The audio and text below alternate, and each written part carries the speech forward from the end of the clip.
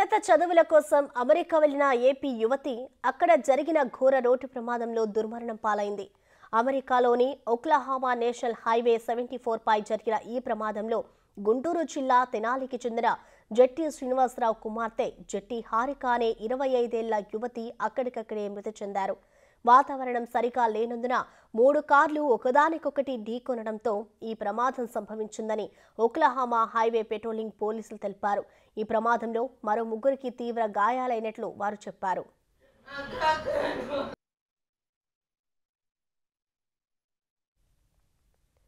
ప్రమాదంలో మరణించిన హారిక గతేడాది నవంబర్లో సెంట్రల్ ఒక్లహామా యూనివర్సిటీలో న్యూట్రిషన్ ఫుడ్ అండ్ సైన్స్ కోర్సులో మాస్టర్స్ డిగ్రీ చేసేందుకు వెళ్లింది.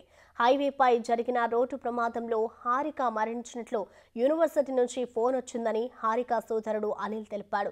తమ అన్న బంధువులు అక్కడే ఉన్నారని, సోమవారం వరకు ఎవరిని అనుమతించమని చెప్పారని పేర్కొన్నాడు. మధ్యతరగతి కుటుంబానికి చెందిన తాము అప్పు చేసి తమ చెల్లిని ఉన్నత చదువులకు పంపించామని, ఎలాగైనా ఆమె భౌతిక కాయాన్ని తెనాలి తెప్పించేందుకు ప్రభుత్వం సాయం చేయాలని అభ్యర్థించాడు. రాష్ట్ర మంత్రి నారా లోకేష్, గుంటూరు ఎంపీ పెమ్మసాని చంద్రశేఖర్ తమకు సహకరించాలని వేడుకున్నాడు. మా చెల్లి జట్టి హారిక ఎంఎస్ కోసం అని చెప్పేసి అమెరికా వెళ్ళింది. లాస్ట్ ఇయర్ ఆగస్టు 2023లో కరెక్ట్గా 11 నెలలు కూడా అవ్వట్లేదు.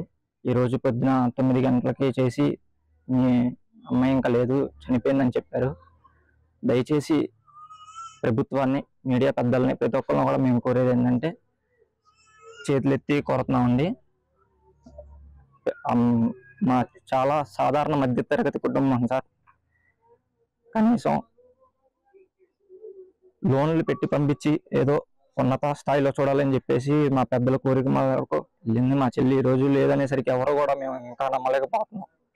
నారా లోకేష్ గారు ట్విట్టర్ కూడా ఫాస్ట్గా స్పందిస్తారు. మీరు ఈ విషయంలో లోకేష్ అన్న మీరు ఎట్టి పరిస్థితుల్లో మీరు ఇన్వాల్వ్మెంట్ తీసుకుని, అలాగే పెమ్మసాని చంద్రశేఖర్ గారు కానివ్వండి, మీడియాలు ప్రతి ఒక్కరు కూడా చేతులెత్తి కోరుతున్నాం సార్. మా చెల్లిని తొందరగా ఎంత వీలైతే అంత తొందరగా మాకు వచ్చేట్టు చేయండి sir. Nutrition and food and సైన్స్లో మాస్టర్ చేస్తానికి వెళ్ళింది.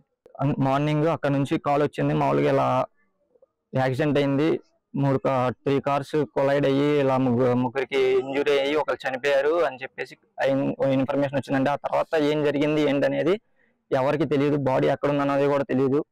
మా చెల్లిని ఎట్లాగైనా తొందరగా తెనాలి అయితే నగరండి మాది. ఇక్కడ మా బాబాయ్ వాళ్ళు సాధారణ మధ్యతరగతి కుటుంబం sir.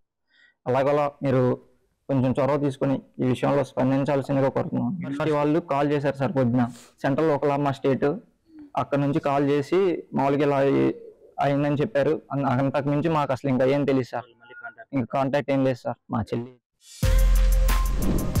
For more videos like this, subscribe Big TV channel.